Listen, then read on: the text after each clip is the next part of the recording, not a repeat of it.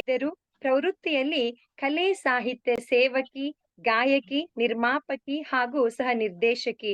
ಇವರು ಬೆಂಗಳೂರಿನ ತಿಪ್ಪಸಂದ್ರದ ತಮ್ಮ ಆಸ್ಪತ್ರೆಯ ಕಾರ್ಯಗಳ ಜೊತೆಗೆ ಜಿನದತ್ತರಾಯ ಚರಿತೆ, ನೇಮಿನಾಥ ಪುರಾಣ ಎಂಬ 2 ಕಿರುಕೃತಿಗಳನ್ನ ರಚಿಸಿದ್ದಾರೆ.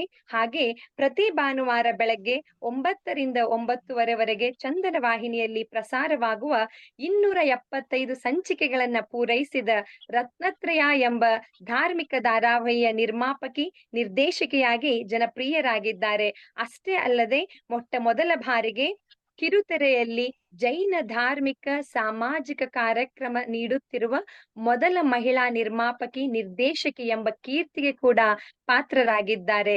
ಉದಯೋನ್ಮುಖ ಕವಯತ್ರಿ ಪ್ರಶಸ್ತಿ, ಗೋಲ್ಡನ್ ಎಕ್ಸಲೆನ್ಸಿ ಇಂಟರ್ನ್ಯಾಷನಲ್ ಪ್ರಶಸ್ತಿ, ಸಾಹಿತ್ಯ ಧಾರೆ ಪ್ರಶಸ್ತಿ, ಜೈನ ಮಾಧ್ಯಮ ಪ್ರಶಸ್ತಿ, ದುಬೈ ಇನ್ನು ಅನೇಕ ಪ್ರಶಸ್ತಿಗಳನ್ನ ಇವರು ಪಡೆದಿದ್ದಾರೆ. ಇವರು ತಮ್ಮ ಪತಿಯೊಡನೆ ಅನೇಕ ಉಚಿತ ವೈದ್ಯಕೀಯ ಹಾಗೂ ದಂತ ವೈದ್ಯಕೀಯ ಶಿಬಿರಗಳನ್ನ ಕೂಡ ಏರ್ಪಡಿಸುತ್ತಿದ್ದಾರೆ. ಶ್ರೀಮತಿ ಡಾಕ್ಟರ್ ನಿರಜಾರವರು ಇವತ್ತಿನ ಈ ಕಾರ್ಯಕ್ರಮದ ಉಪನ್ಯಾಸಕಿಯಾಗಿ ಆಗಮಿಸಿದ್ದಾರೆ. ತಮ್ಮ ಉಪನ್ಯಾಸಕವನ್ನ ನೀಡಬೇಕಾಗಿ ಕೇಳಿಕೊಳ್ಳುತ್ತೇನೆ.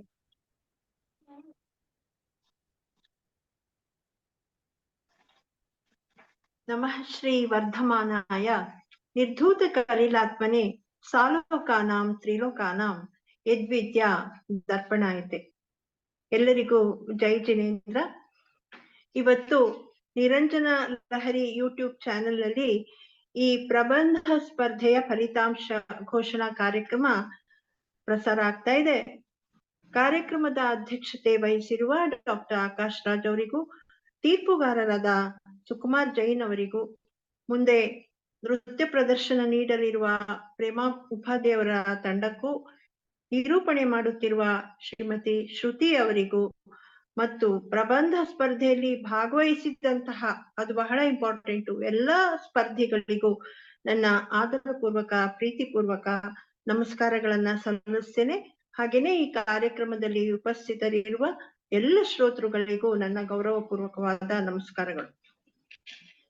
ಇವತ್ತಿನ ಟಾಪಿಕ್ ಜೈನ ಧರ್ಮದ ಮುಂದಿರುವ ಸವಾಲುಗಳು.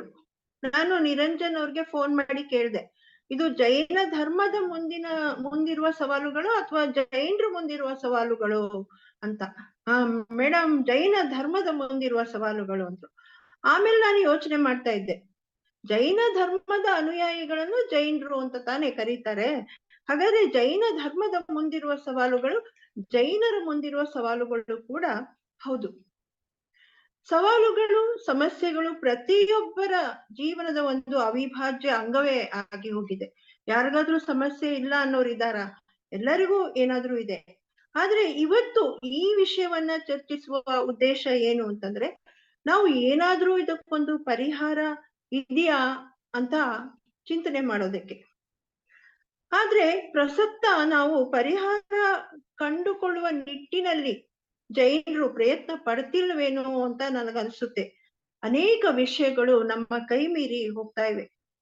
ಸ್ವಲ್ಪ ಸ್ಥೂಲವಾಗಿ ನೋಡಿದಲ್ಲಿ ನಮ್ಮ ಧರ್ಮದ ಮುಂದಿರುವ ಸವಾಲುಗಳು ಅಂದ್ರೆ ನಮ್ಮ ದೇವಶಾಸ್ತ್ರ ಗುರುಗಳನ್ನ ಕಾಪಾಡಿಕೊಳ್ಳುವುದು, ನಮ್ಮ ತೀರ್ಥಕ್ಷೇತ್ರಗಳು ಅನ್ಯರ ಪಾಲಾಗದಂತೆ ನೋಡಿಕೊಳ್ಳುವುದು, ಹಾಗೇನೆ ಸಾಮಾಜಿಕ ಜಾಲತಾಣ ವೇದಿಕೆಗಳಲ್ಲಿ ನಮ್ಮ ಧರ್ಮದ ಬಗ್ಗೆ ಯಾರಾದ್ರೂ ಅವಹೇಳನಕಾರಿ ಮಾತುಗಳನ್ನಾಡಿದಲ್ಲಿ ಅದನ್ನ ಸವಾಲಾಗಿ ತಗೊಂಡು ನಾವು ಪ್ರತಿಭಟಿಸ್ಬೇಕು. ಅದನ್ನ ಯಾರು ಹೇಳೋರಿಲ್ಲ ಕೇಳೋರಿಲ್ಲ ಅಂತ ಅವ್ರು ಏನೇನೋ ಮಾತಾಡಬಾರ್ದು.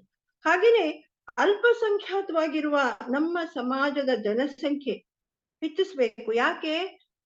ಧರ್ಮದ ಉಳಿವಿಗಾಗಿ. ಯಾರು ಧರ್ಮನ ಪಾಲಿಸೋರು ಇಲ್ಲದೆ ಇದ್ರೆ ಮತ್ತೆ ಧರ್ಮ ಹೇಗೆ ಉಳಿಯೋದು? ಜೈನ ಧರ್ಮ ಅನಾದಿ ಅನಂತ. ಆದ್ರೆ ಒಂದು ಜೈನ ಧರ್ಮ ಅನ್ನುವ ಹೆಸರಿನಲ್ಲಿ ಅದು ಉಳಿಬೇಕು ಅಂತಂದ್ರೆ ನಮ್ಮ ಒಂದು ಜನಸಂಖ್ಯೆಯನ್ನ ಕೂಡ ನಾವು ಹೆಚ್ಚಿಸ್ಕೋಬೇಕು. ಇದು ಕೂಡ ಒಂದು ಸವಾಲು. ಇನ್ನು ಸಾಮಾಜಿಕವಾಗಿ ಜೈನರ ಮಧ್ಯೆ ಸೌಹಾರ್ದತೆ ಕಾಪಾಡ್ಕೊಳ್ಬೇಕು. ಇದು ಬಹಳ ಇಂಪಾರ್ಟೆಂಟ್ ಇದೆ. ಹಾಗೇನೆ ಅಲ್ಪಸಂಖ್ಯಾತರಿಗೆ ಸರ್ಕಾರ ನೀಡುವಂತಹ ಸವಲತ್ತುಗಳನ್ನ ಪಡೆದುಕೊಳ್ಳೋದು ಕೂಡ ಒಂದು ನಮ್ಮ ಮುಂದೆ ಸವಾಲಾಗಿದೆ. ಇನ್ನು ಈಗಾಗ್ಲೇ ಎಷ್ಟೊಂದ್ ಜನ ಹೇಳ್ತಾ ಇದ್ರು, ಜೈನರು ಮಕ್ಕಳಿಗೆ ಬೇಸಿಕ್ ತತ್ವ ಸಿದ್ಧಾಂತ ಗೊತ್ತಿಲ್ಲ ಅಂತ. ಹಾಗೇನೆ ಅದಕ್ಕೆ ನಮ್ಮ ಮುಂದಿನ ಜನಾಂಗ ಬರೀ ನಾಮಕೆ ವಾಸ್ತೆ ಜೈನರು ಅಂತ ಅನ್ನಿಸ್ಕೊಳ್ದಲ್ಲೇನೆ ನಿಜವಾದ ಜೈನರಾಗ್ಬೇಕು, ನಿಜವಾಗಿ ಜಿನಧರ್ಮದಲ್ಲಿ ಅವರಿಗೆ ಆಸಕ್ತಿ ಮೂಡುವಂತೆ ಮಾಡುವುದು, ಇದು ಕೂಡ ನಮ್ಮ ಮುಂದಿರುವ ಒಂದು ಸವಾಲು. ಮತ್ತೆ ಮತಾಂತರವನ್ನ ತಡೆಗಟ್ಟುವುದು, ಇದೆಲ್ಲದ್ರ ಬಗ್ಗೆ ಕೂಲಂಕುಷವಾಗಿ ನಾವು ನೋಡೋಣ. ಹಾಗೆ ಜೈನ ಧರ್ಮದ ಮುಂದಿರುವ ಸವಾಲುಗಳು ಅಂತ ಹೇಳುವಾಗ, ನಮ್ಗೆ ಧರ್ಮ ಅಂತ ಅನ್ನುವಾಗ ಸಮಗ್ರವಾಗಿ ಜೈನ ಸಾಹಿತ್ಯ, ಜೈನ ಇತಿಹಾಸ, ಜೈನ ಸಂಸ್ಕೃತಿ, ಜೈನ ವಿಧಿವಿಧಾನಗಳು, ಜೈನ ಮುನಿಗಳು, ಜೈನ ಬಸದಿಗಳು, ಇವೆಲ್ಲವನ್ನ ಕಾಪಾಡಿಕೊಳ್ಳೋದು ಒಂದು ಸವಾಲಾಗಿದೆ. ಮೊಟ್ಟ ಮೊದಲನೇದಾಗಿ ಈ ಒಂದು ನಮ್ಮ ಸಮಸ್ಯೆಗಳಿಗೆ ಕಾರಣರು ಅಂತ ನಾವು ದೂರ ಮುನ್ನ ನಮ್ಮನ್ನ ನಾವು ಅವಲೋಕನ ಮಾಡಿಕೊಳ್ಳೋಣ. ನಾವು ಜೈನರೇನೆ ಇದಕ್ಕೆ ಎಷ್ಟು ಕಾರಣ, ನಮ್ಮ ಧರ್ಮದಲ್ಲಿ ಈ ತರ ಸಮಸ್ಯೆಗಳಾಗ್ತಾ ಇರೋದಕ್ಕೆ ನಾವೆಷ್ಟು ಕಾರಣ ಅಂತ ಒಂದು ಅವಲೋಕನವನ್ನ ಮಾಡ್ಕೊಳ್ಳೋಣ. ಕೊಡಲಿಯ ಕಾವು ಕುಲಕ್ಕೆ ಮೂಲ ಎಂಬ ಗಾದೆ ಮಾತನ್ನ ತಾವು ಕೇಳಿರ್ಬಹುದು. ಹಾಗೇನೆ ಜೈನರು ಕೂಡಿ ಕೆಟ್ರು ಅಂತ ಮುಂಚೆಯಿಂದ ಅಂತಿದ್ರು, ಇದನ್ನು ತಾವು ಕೇಳಿರ್ಬೋದು. ಹಾಗೇನೆ ವೇದ ಸುಳ್ಳಾದ್ರೂ ಗಾದೆ ಸುಳ್ಳಾಗಲ್ಲ ಅನ್ನುವಂತಹ ಅನುಭವದ ಮಾತನ್ನು ಕೂಡ ತಾವು ಕೇಳಿರ್ಬೋದು. ಯಾಕಿದನ್ನು ಹೇಳ್ತೀನಿ ಅಂತಂದ್ರೆ, ಕೊಡಲಿಯ ಕಾವು ಕುಲಕ್ಕೆ ಮೂಲ ಅನ್ನುವಂತಹ ಗಾದೆ ಸತ್ಯವಾದ್ರೆ, ಹಾಗಾದ್ರೆ ನಮ್ಮ ಸಮುದಾಯದವರೇ ಸವಾಲಾಗಿದ್ದಾರ, ಸಮಸ್ಯೆಗಳನ್ನ ತಂದೊಡ್ಡುತ್ತಿದ್ದಾರ ಎನ್ನುವಂತಹ ವಿಚಾರ ನನ್ನಲ್ಲಿ ಮೂಡ್ತಾ ಇದೆ. ನಾವು ಹೇಳ್ತೀವಿ ಭಗವಾನ್ ಮಹಾವೀರರು ಅನೇಕಾಂತವಾದವನ್ನ, ಅವರು ಅನೇಕಾಂತ ದೃಷ್ಟಿಯನ್ನ ಬೋಧಿಸಿದ್ರು ಅಂತ, ಅದನ್ನ ಹೆಮ್ಮೆಯಿಂದ ಹೇಳ್ಕೊಳ್ತೀವಿ. ಆದ್ರೆ ಅವರ ಅನುಯಾಯಿಗಳಾದ ನಾವು ಜೈನರು ನಾವೇ ಸರಿ, ನಂದೇ ಸರಿ ಅಂತ ಕಾದಾಡ್ತಾ ಇದೀವಿ. ಎಂದಾದ್ರೂ ಒಗ್ಗಟ್ಟಾಗಿ ಒಮ್ಮತದಿಂದ ನಾವು ಏನಾದ್ರೂ ಮಾಡಿದ್ದುಂಟಾ? ಜೈನರನ್ನೆಲ್ಲ ಒಗ್ಗೂಡಿಸಿಕೊಂಡು ಒಂದು ಧರ್ಮದ ಕಾರ್ಯ ಮಾಡೋದೇ ಒಂದು ದೊಡ್ಡ ಸವಾಲಾಗಿದೆ. ಎಲ್ರನ್ನು ಸೇರಿಸ್ಕೊಂಡು ನಿಜವಾಗ್ಲೂ ಒಂದೇನಾದ್ರೂ ಕಾರ್ಯಕ್ರಮ ಆಯೋಜನೆ ಮಾಡಕ್ ಹೋಗಿ ಅವಾಗ ನಿಮ್ಗೆ ಕಷ್ಟ ಗೊತ್ತಾಗತ್ತೆ. ಹೇಗೆ ಅಂತಂದ್ರೆ ಹೇಳ್ತೀನಿ, 3 ಜನ ಜೈನರು ABC ಅಂತ ಇದಾರೆ ಅಂತ ಅನ್ಕೊಳ್ಳಿ. ಇಲ್ಲಿ 3 ಜನದಲ್ಲಿ 6 ಗುಂಪಾಗುತ್ತೆ. ಹೇಗೆ ಅಂತ ಹೇಳ್ತೀನಿ, AB ಒಂದು ಗುಂಪು, BC ಒಂದು ಗುಂಪು, AC ಒಂದು ಗುಂಪು. ಹಾಗೇನೆ ಎಗೆ ಅವನದೇ ವಿಚಾರಧಾರೆ ಇರುತ್ತೆ, ಬಿಗೆ ಅವನದೇ ಒಂದು ಇರುತ್ತೆ, ಸಿಗೆ ಅವನದೇ ಒಂದು ತರ ವಿಚಾರಧಾರೆ ಇರುತ್ತೆ. ಹಾಗೆ ಹೀಗೆ 3 ಜನರಲ್ಲಿ 6 ಗುಂಪು, 6 ವಿಚಾರಧಾರೆ ಬರುತ್ತೆ. ಒಮ್ಮತವಿರುವುದಿಲ್ಲ. ಯಾವುದೇ ಒಂದು ಕಾರ್ಯ ಮಾಡ್ಬೇಕು ಅಂದ್ರೆ ಬರೀ ಜಗಳ ಆಗಿ ಯಾವ ಕಾರ್ಯ ಕೂಡ ಆಗೋದಿಲ್ಲ. ಇದು ನಮ್ಮ ಜೈನ ಧರ್ಮಕ್ಕೆ ಒಂದು ಸವಾಲಾಗಿದೆ, ಈ ತರಹದ ಒಂದು ವ್ಯಕ್ತಿಗಳು. ಇನ್ನು ಹಣದ ಅಹಂಕಾರ, ಕೆಲವರಿಗೆ ನಾವು ಶ್ರೇಷ್ಠರು ಅನ್ನುವಂತಹ ಭಾವನೆ, ಅವರು ಸಮಾಜದ ಸಾಮಾನ್ಯ ಜನರೊಂದಿಗೆ ಬೆರೆಯೋದಿಲ್ಲ. ಹೀಗಾಗಿ ಒಂದು ಅಂತರ ಸೃಷ್ಟಿಯಾಗತ್ತೆ, ಒಂದು ಗ್ಯಾಪ್ ಸೃಷ್ಟಿಯಾಗಿ ನಂತರ ಅದು ಒಂದು ಕಂದಕವೇ ಆಗ್ಬಿಡುತ್ತೆ. ಜೈನರು ಹೀಗಾಗಿ ಒಗ್ಗಟ್ಟಾಗೋದು ಕಷ್ಟ ಆಗ್ಬಿಡತ್ತೆ. ಇಷ್ಟಲ್ಲದೆ ಪಂಥಭೇದ, ದಿಗಂಬರ, ಶ್ವೇತಾಂಬರ, ಸ್ಥಾನಿಕವಾಸಿ, ತೇರಪಂಥಿ, ಬೀಸ್ಪಂಥಿ, ಇನ್ನು ದಿಗಂಬರಲ್ಲೇ ಚತುರ್ಥ, ಪಂಚಮ, ಕಾಸಾರ, ಜೈನ್ ಬ್ರಾಹ್ಮಣರು, ಹೀಗೆ ನಾನಾ ವರ್ಗ ಭೇದಗಳು.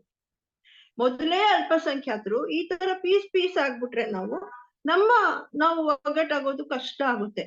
ಇನ್ನು ಒಗ್ಗಟ್ಟಿಲ್ಲದೆ ಬಲ ಎಲ್ಲಿರುತ್ತೆ? ಒಗ್ಗಟ್ಟಿನಲ್ಲಿ ಬಲ ಇದೆ ಅನ್ನೋ ಗಾದೆ ಮಾತು ನಿಮಗ್ ಗೊತ್ತಿರ್ಬೋದು. ನಾವು ಸರ್ಕಾರದಿಂದಾಗ್ಲಿ ಏನಾದ್ರೂ ಸವಲತ್ತುಗಳನ್ನ ನಾವು ಕೇಳ್ಬೇಕು ಅಂತಂದ್ರೆ ನಮ್ಮ ಜನಬಲ, ನಮ್ಮ ಜನಸಂಖ್ಯೆಯನ್ನ ನಾವು ಪ್ರದರ್ಶಿಸ್ಲೇಬೇಕಾಗುತ್ತೆ. ಆದ್ರೆ ನಾವ್ ಈ ತರ ಭೇದ ಮಾಡ್ಕೊಂಡು ಕೂತಾಗ ನಮಗೆ ಯಾವ ಒಂದು ಸವಲತ್ತು ಸಿಗೋದು ಕಷ್ಟ ಆಗುತ್ತೆ. ಇನ್ನು ಸಾಮಾಜಿಕ, ಅದ್ರ ಬಗ್ಗೆ ನೆಕ್ಸ್ಟ್ ಬರೋಣ. ಫಸ್ಟ್ ಈಗ ಸಾಮಾಜಿಕ ಸಮಸ್ಯೆಗಳು, ಜೈನರು ಎದುರಿಸ್ತಾ ಇರೋ ಸಾಮಾಜಿಕ ಸಮಸ್ಯೆಗಳನ್ನ ನಾವು ವಿಚಾರ ಮಾಡೋಣ. ಸಮಾಜ ಬೆಳಿಬೇಕು, ಜನಸಂಖ್ಯೆ ಬೆಳಿಬೇಕು, ನಾವು ಅಲ್ಪಸಂಖ್ಯಾತರಾಗಿ ಹೋಗಿದ್ದೀವಿ ಅಂತ ಎಲ್ಲ ನಾವು ಬೊಬ್ಬೆ ಹೊಡಿತಾ ಇದ್ದೀವಿ. ಆದ್ರೆ ಈಗ ಮದುವೆ, ಸಂತಾನೋತ್ಪತ್ತಿ ಎಲ್ಲವೂ ಕಾಲಕ್ಕೆ ಅದ್ರ ಕಾಲಕ್ಕೆ ಆಗ್ಬೇಕು. ಇವತ್ತು ಯಾರನ್ನ ನೋಡಿ ಸೂಕ್ತ ವಧು ಸಿಗ್ತಾ ಇಲ್ಲ, ಸೂಕ್ತವರು ವರ ಸಿಗ್ತಾ ಇಲ್ಲ ಅನ್ನುವಂತಹ ಹುಡುಗನಿಗೆ 35 ಆದ್ರೂನು ಮದ್ವೆ ಇಲ್ಲ, ಹಾಗೇನೆ ಹುಡುಗಿಗೆ 30, 31, 32 ಆದ್ರೂನು ಮದ್ವೆ ಆಗ್ತಾ ಇಲ್ಲ. ಇನ್ನು ಹೀಗೆ ವಯಸ್ಸು ಮೀರ್ತಾ ಹೋಗಿ ಮದ್ವೆ ಆದ್ರೆ ಜನಿಸುವ ಮಕ್ಕಳ ಸಂಖ್ಯೆ ಕೂಡ ಕಡಿಮೆ ಆಗುತ್ತೆ. ಎಲ್ಲರಿಗೂ ಗೊತ್ತಿರೋ ಹಾಗೆ ಒಂದ್ ಪರ್ಟಿಕ್ಯುಲರ್ ಏಜ್ ಆದ್ಮೇಲೆ ಫರ್ಟಿಲಿಟಿ ಕಡಿಮೆ ಆಗುತ್ತೆ. ಅಲ್ಪಸಂಖ್ಯಾತವಾದ ಸಮಾಜಕ್ಕೆ ಇದು ಕೂಡ ಒಂದು ಸವಾಲೆ, ಈ ತರ ಲೇಟ್ ಮ್ಯಾರೇಜಸ್. ಇನ್ನು ಈಗಿನ ಈ ತರ ಮಕ್ಕಳ ಸಂಖ್ಯೆ ಕಡಿಮೆ ಆಗ್ತಾ ಇದ್ರೆ ಜೈನ ಧರ್ಮದ ಅನುಯಾಯಿಗಳು ಇನ್ನೂ ಕಡಿಮೆ ಆಗ್ತಾ ಹೋಗ್ತಾರೆ. ಇನ್ನು ಈಗಿನ ಪೀಳಿಗೆಯವರಂತೂ 1 ಅಥವಾ 2 ಮಕ್ಕಳಿಗೆ ಸಾಕು ಅಂತ ಇದ್ದಾರೆ. ಅದು 2 ಆದ್ರೆ ಹೆಚ್ಚು, 1 ಸಾಕು ಅನ್ನೋರೆ ಜಾಸ್ತಿ. ಇನ್ನು ಕೆಲವರಂತೂ ಮಕ್ಕಳೇ ಬೇಡ ಅಂತ ಹೇಳಿ ನಾಯಿ ಮರಿ ಸಾಕೊಂಡಿರ್ತೀವಿ ಅಂತ ಅನ್ನೋ ಜೈನರು ಕೂಡ ಇದ್ದಾರೆ. ಹಾಗಾಗಿ ಇಲ್ಲಿ ನಮ್ಮ ಜನಸಂಖ್ಯೆಯನ್ನ ಹೆಚ್ಚಿಸಿಕೊಳ್ಳಲು ಆಸ್ಪದನೆ ಇಲ್ಲವಾಗಿದೆ. ಗಂಡಿಗೆ ಹೆರುವ ಶಕ್ತಿ ಇಲ್ಲ, ಸಾಧ್ಯತೆ ಇಲ್ಲ, ಹೆಣ್ಣಿಗೆ ಹೆರುವ ಮನಸ್ಸಿಲ್ಲ, ಹೀಗೆ ಪ್ರಸಕ್ತ ಪರಿಸ್ಥಿತಿ ಇದೆ. ಹೀಗಾಗಿ ನಮ್ಮ ಧರ್ಮದವರ ಸಂಖ್ಯೆ ಹೆಚ್ಚಿಸೋದೇ ಒಂದು ಸವಾಲಾಗಿದೆ. ಈಗಾಗ್ಲೇ ನಾವು ಮೈಕ್ರೋ ಮೈನಾರಿಟಿ, ವಿಶ್ವದ ಜನಸಂಖ್ಯೆಯಲ್ಲಿ 0.5% ಇದೀವಿ. ಇದು ನಾನು ಯಾಕೆ ಇದು ಜನಸಂಖ್ಯೆ ವಿಚಾರನೆ ಮಾತಾಡ್ತಿದ್ದೀನಿ ಅಂದ್ರೆ ಇದೊಂದು ದೊಡ್ಡ ಸವಾಲು. ಒಂದು ಸಮೀಕ್ಷೆಯ ಪ್ರಕಾರ 2050 ಹೊತ್ತಿಗೆ ಜೈನರು ಕೂಡ ಪಾರ್ಸಿ ಜನಾಂಗದವ್ರ ತರ ಆಗ್ಬಿಡ್ತಾರೋ ಏನೋ. ಬರೀ ವಯಸ್ಸಾದವ್ರ ಸಂಖ್ಯೆನೇ ಇರುತ್ತೆ, ಮಕ್ಕಳ ಸಂಖ್ಯೆ ಕಮ್ಮಿ ಆಗ್ಬಿಟ್ಟಿರುತ್ತೆ, ಮತ್ತೆ ಎಲ್ಲ ಇನ್ನೂ ಮೈನಾರಿಟಿ ಆಗ್ಬಿಡ್ತಾರೆ. ಸೊ ಇದೆಲ್ಲ ನಾವು ಬಹಳ ಎಚ್ಚೆತ್ತುಕೊಂಡು ಯೋಚಿಸಬೇಕಾದಂತಹ ವಿಷಯ. ನಮ್ಮ ಭಟ್ಟಾರಕರು, ಪೂಜ್ಯ ಭಟ್ಟಾರಕರು ಎಷ್ಟೊಂದು ವೇದಿಕೆಯಲ್ಲಿ ಹೇಳ್ತಾ ಇದ್ದಾರೆ, ನೀವು ದಂಪತಿಗಳು 3 ಮಕ್ಕಳನ್ನ ಮಾಡ್ಕೊಳ್ಳಿ, 1 ಮಗುವನ್ನ ಮಠಕ್ಕೆ ಕೊಡಿ, ನಾವು ಸಂಸ್ಕಾರ ಕೊಟ್ಟು ನಾವು ಬೆಳೆಸ್ತೀವಿ ಅಂತ ಹೇಳ್ತಾ ಇದ್ದಾರೆ. ಇದೆಷ್ಟು ಮಟ್ಟಿಗೆ ಸಾಧ್ಯ ಆಗುತ್ತೋ ನೋಡ್ಬೇಕು. ಏಕೆಂದ್ರೆ ಇತ್ತೀಚೆಗೆ ಅಂದ್ರೆ 4-5 ತಿಂಗಳ ಹಿಂದೆ ಇರ್ಬೋದು, ವಾಟ್ಸಪ್ ಅಲ್ಲಿ ಒಂದು ಮೆಸೇಜ್ ಹರಿದಾಡ್ತಾ ಇತ್ತು. ಏನಂದ್ರೆ, ನಿಮ್ಮ 3ನೇ ಮಗುವಿನ ಸಮಸ್ತ ಶಿಕ್ಷಣದ ಖರ್ಚು ವೆಚ್ಚ ಎಲ್ಲವನ್ನ ನಾವು ನೋಡ್ಕೊಳ್ತೀವಿ ಅಂತ ಯಾರೋ ಒಬ್ರು ಬಿಸ್ನೆಸ್ ಮ್ಯಾನ್ ಹಾಕಿದ್ರು ಅಂತ ಅನ್ಸುತ್ತೆ. ಆಮೇಲೆ ಆ ಮೆಸೇಜ್ ನೋಡಿ ಜನ ಮಾತಾಡ್ಕೊಳ್ತಿದ್ವಿ, ಇವ್ರನ್ನ ನಂಬಿ 3ನೇ ಮಗು ಮಾಡ್ಕೊಂಡ್ರೆ ಆಮೇಲೆ ಇವ್ರು ನೋಡ್ಕೊಳ್ತಾರೆ ಅಂತ ಏನ್ ಗ್ಯಾರಂಟಿ, ಇದೇನ್ ನಮ್ಗೆ ಗ್ಯಾರಂಟಿ ಬರ್ಕೊಟ್ಟಿದಾರ ಅಂತ ಹೀಗೆಲ್ಲ ಮಾತಾಡಿದ್ರು. ಸೊ ಇನ್ನು ನಮ್ಮ ಜನಸಂಖ್ಯೆಗೆ ಏಟು ಬೀಳ್ತಾ ಇರೋದು ಅಂತಂದ್ರೆ ಅಂತರ್ಜಾತೀಯ ವಿವಾಹಗಳದೊಂದು ಸಮಸ್ಯೆ. ಇದ್ರ ಬಗ್ಗೆ ನಾನು ಏನ್ ಹೇಳ್ಬೇಕು ಅಂತ ಗೊತ್ತಾಗ್ತಾ ಇಲ್ಲ. ಯಾಕಂದ್ರೆ ಹದಿವಯಸ್ಸಿನಲ್ಲಿ ಹರೆಯದಲ್ಲಿ ದೇಹದಲ್ಲಿ ಈಸ್ಟ್ರೋಜನ್, ಪ್ರೊಜೆಸ್ಟ್ರಾನ್, ಆಂಡ್ರೋಜನ್ಸ್, ಈಸ್ಟ್ರೋಜನ್ಸ್ ಎಲ್ಲ ಜಾಸ್ತಿ ಪ್ರವಹಿಸುತ್ತಿರುವ ಸಮಯದಲ್ಲಿ ಹರೆಯದಲ್ಲಿ ಅವರು ಹಿರಿಯರ ಮಾತನ್ನ ಕೇಳೋದಿಲ್ಲ. ಅವರು ನೀವೇನೇ ಹೇಳಿ ಅವರು ಬುದ್ಧಿ ಮಾತನ್ನ ಕೇಳೋದಿಲ್ಲ, ತಾವು ಪ್ರೀತಿಸ್ತವರೊಡನೆ ಹೋಗ್ತಾರ ಅವರು. ಸೊ ಸಪೋಸ್ ನಮ್ಮ ಹೆಣ್ಣು ಮಕ್ಕಳು ಅನ್ಯ ಜಾತಿಯವರನೊಡನೆ ವಿವಾಹ ಆದ್ರೆ ಅವರು ಲೋಕರೂಢಿಯಂತೆ ಅವರ ಜಾತಿಯವರೇ ಆಗ್ತಾರೆ. ಅವರಿಗೆ ಜನಿಸಿದ ಮಕ್ಕಳು ಯಾವ ಹುಡುಗನ ಜೊತೆ ಅವ್ರು ಮದ್ವೆ ಮಾಡ್ಕೊಂಡಿರ್ತಾರೋ ಆ ಜಾತಿಯವ್ರು ಆಗ್ಬಿಡ್ತಾರೆ. ಹೀಗಾಗಿ ಅಲ್ಲಿ ಕೂಡ ನಮ್ಮ ಸಂಖ್ಯೆ ಕಡಿಮೆ ಆಗ್ತಾ ಬರುತ್ತೆ. ಒಂದು ವೇಳೆ ಆ ಹೆಣ್ಣು ಶಾಂತಲೆ ತರ ಇದ್ರೆ, ನಮ್ಮ ಪಟ್ಟಮಹಾದೇವಿ ಶಾಂತಲೆ ಬಗ್ಗೆ ಯೋಚಿಸಿದ್ರೆ ಅವಳು ಎಂತ ಪರಿಸ್ಥಿತಿಯನ್ನ ಅವಳು ಎದುರಿಸಿದ್ಲು. ಹೊಯ್ಸಳ ರಾಜ ವಿಷ್ಣುವರ್ಧನ ಅವನು ವೈಷ್ಣವನಾಗಿ ಅವನು ಕನ್ವರ್ಟ್ ಆದಾಗ ಎಷ್ಟೊಂದು ಜನ ಮತಾಂತರ ಹೊಂದ್ರು. ಯಥಾ ರಾಜ ತಥಾ ಪ್ರಜಾ. ರಾಜ ವೈಷ್ಣವನಾಗ್ಬಿಟ್ರೆ ಇವ್ರು ಸುಮ್ನಿರ್ತಾರ, ರಾಜನ್ ಓಲೈಸೋದಕ್ಕಾದ್ರೂ ಆಗ್ತಾರೆ. ಆದ್ರೆ ಮಹಾರಾಣಿ ಶಾಂತಲಾದೇವಿ ತಾನು ನಂಬಿದ ಜಿನ ಧರ್ಮವನ್ನ ಅವಳು ಬಿಡ್ಲಿಲ್ಲ. ನೋಡಿ, ಆಗಿನ ಕಾಲದಲ್ಲಿ ಪತಿಯನ್ನ ಅನುಸರಿಸುವುದೇ ಪತಿವ್ರತ ಧರ್ಮ ಅಂತ ಹೇಳೋ ಕಾಲದಲ್ಲಿ ಕೂಡ ಶಾಂತಲಾದೇವಿ ತನ್ನ ಧರ್ಮವನ್ನ ಅವಳು ಬಿಡ್ಲಿಲ್ಲ.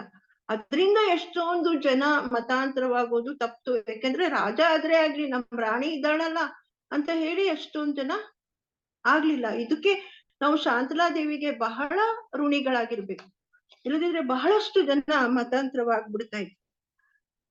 ನಮ್ಮ ಹೆಣ್ಣು ಮಕ್ಕಳನ್ನ ಅವರಿಗೆ ಜಿನಧರ್ಮದಲ್ಲಿ ಶಾಂತಲಾದೇವಿಯಷ್ಟು ದೃಢ ನಿಷ್ಠೆ ಇರುವಂತೆ ಬೆಳೆಸ್ಬೇಕು ನಾವು. ಬೈ ಚಾನ್ಸ್ ಏನೋ ಮಿಸ್ಟೇಕ್ ಆಗಿ ಅವ್ರು ಬೇರೆಯವ್ರನ್ನ ಮದ್ವೆ ಆದ್ರೂನು ಕೂಡ ತಮಗೆ ಹುಟ್ಟುವ ಮಕ್ಕಳಿಗೆ ಜಿನಧರ್ಮದ ಸಂಸ್ಕಾರವನ್ನಂತೂ ಕೊಟ್ಟೇ ಕೊಡ್ತಾರೆ.